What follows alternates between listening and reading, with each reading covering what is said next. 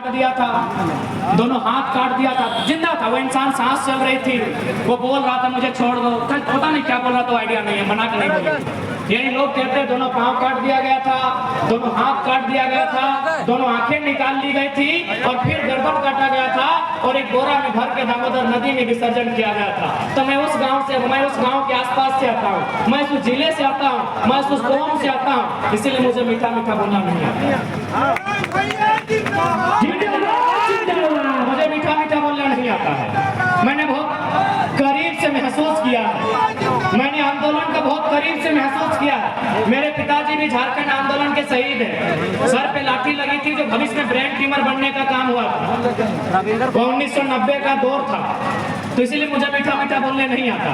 मैंने उन कहानियों को, किस्सों को सुना है कि हमारे पूर्वजों की लाशों को बोरे में भर दिया जाता था, हम जिंदा थे और हमारी आंखों को जिंदा शरीर से निकाल लिया जाता था, हम जिंदा होते थे, हमारे हाथ को, हमारे पांव को काट दिया जाता था, उसके बाद हमें तड़पाने के बाद हमारी गर्दन को काटा जाता था। इसीलिए मुझे मीठा मीठा बोलना नहीं आता है। वोट देना आपका अधिकार है, देना है या नहीं देना है आपको डिसाइड करना है, लेकिन झूठ बोल के हम वोट नहीं लेंगे।